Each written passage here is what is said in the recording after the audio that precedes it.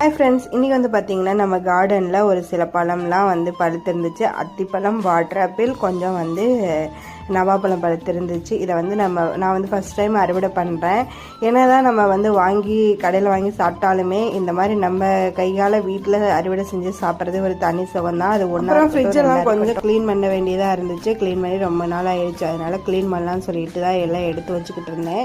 ஃப்ரிட்ஜை க்ளீன் பண்ணதுக்கு வினிகர் இல்லைன்னா லெமன் ஜூஸ் புழிஞ்சு விட்டு தண்ணியில் நல்லா வந்து வெதுப்பான நீரில் துடைச்சி விட்டிங்கன்னா ஃப்ரிட்ஜு நீட்டாகவும் இருக்கும். ஒரு மாதிரி துர்நாற்றம் அடிக்கும் இல்லையா, அது மாதிரி வராது.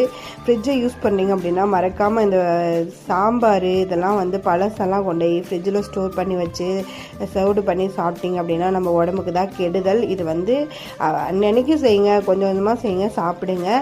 ஃப்ரிட்ஜில் ஸ்டோர் பண்ணி வச்சு சாப்பிட்டிங்க அப்படின்னா நம்ம உடம்புக்கு தான் கெடுதல் வரும். இதை வந்து அவாய்ட் பண்ணிக்கோங்க. நான் இப்படி தான் பண்ணுறேன். ஸோ அதனால் உங்களுக்கும் ரெக்கமெண்ட் பண்ணேன்.